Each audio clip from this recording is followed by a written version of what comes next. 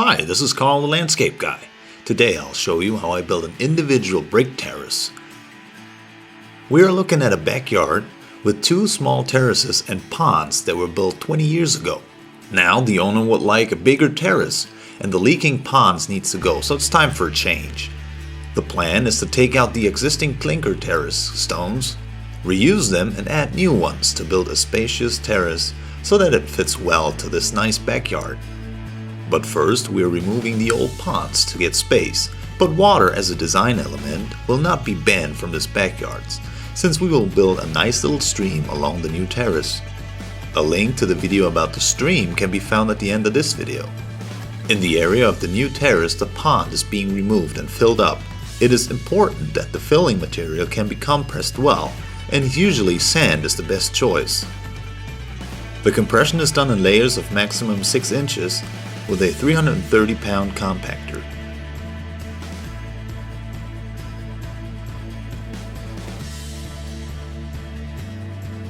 At the same time, the existing paving clinkers are picked up and stored on site. If the stones are to be reused, as in this case, I recommend to clean off the stones immediately with a trowel to pile them up nicely and clean. Often stacking them on pallets is recommended to allow moving them. In this case, the clinkers are stored close to the terrace area, but out of the way. A clean stacking has the advantage that the quantity can easily be calculated.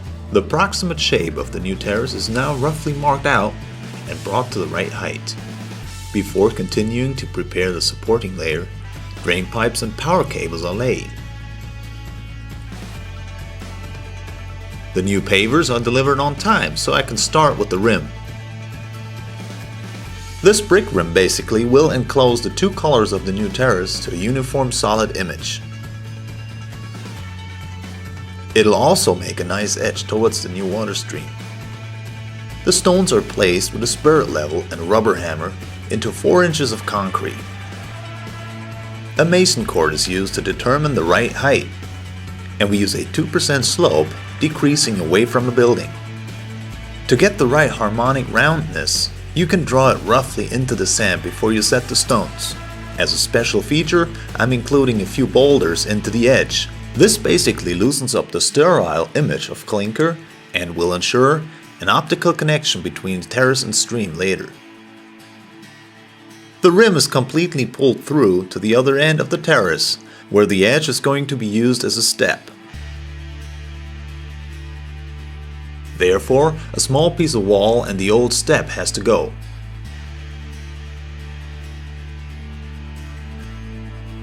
After that, the new step can be made to fit the level and slope of the new terrace.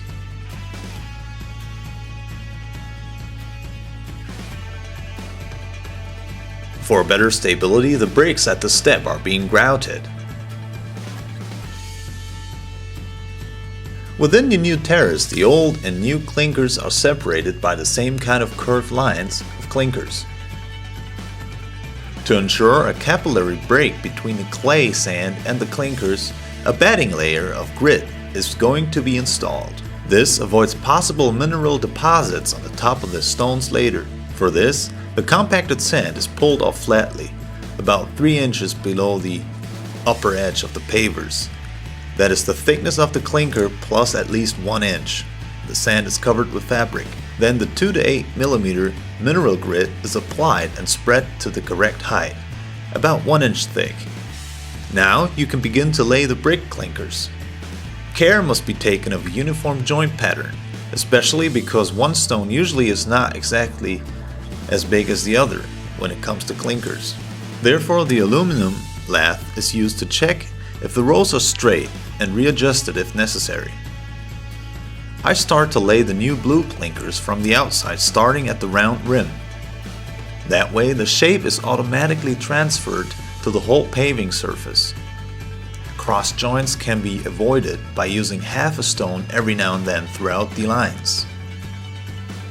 The shape of the terrace requires a lot of cutting work.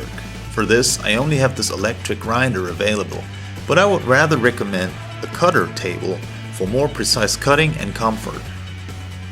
All stones are individually marked and cut.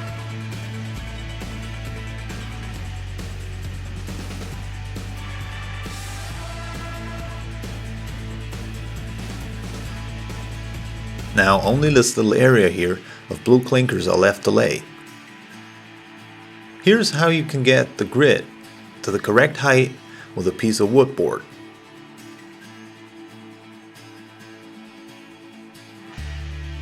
Now there are only a few clinkers left to cut and the terrace surface is all closed. For joining materials, sand or fine grit can be used that has 0% of very fine dust particles so that it cannot be washed into the bedding by rain. After sweeping in the joints and cleaning the surface, a small compactor with a rubber mat can be used to achieve optimal surface flatness. If you want to do that, you should lay the clinkers 5 to 10 millimeters higher because they will sag as you compact. Now the terrace is finished and the beds are planted. Using boulders and gravel avoids a high maintenance level and matches the rest of the garden and the stream. This way the terrace is tucked in harmoniously between the winter garden and the water stream. I would be glad if this video helped you in any way to finish your project or maybe give you some ideas. Here you can find the link that leads to the water stream video. For more videos about gardening and landscaping, please visit my channel and feel free to subscribe. Thank you for watching, good luck with your project, and until next time, I'm Carl the Landscape Guy.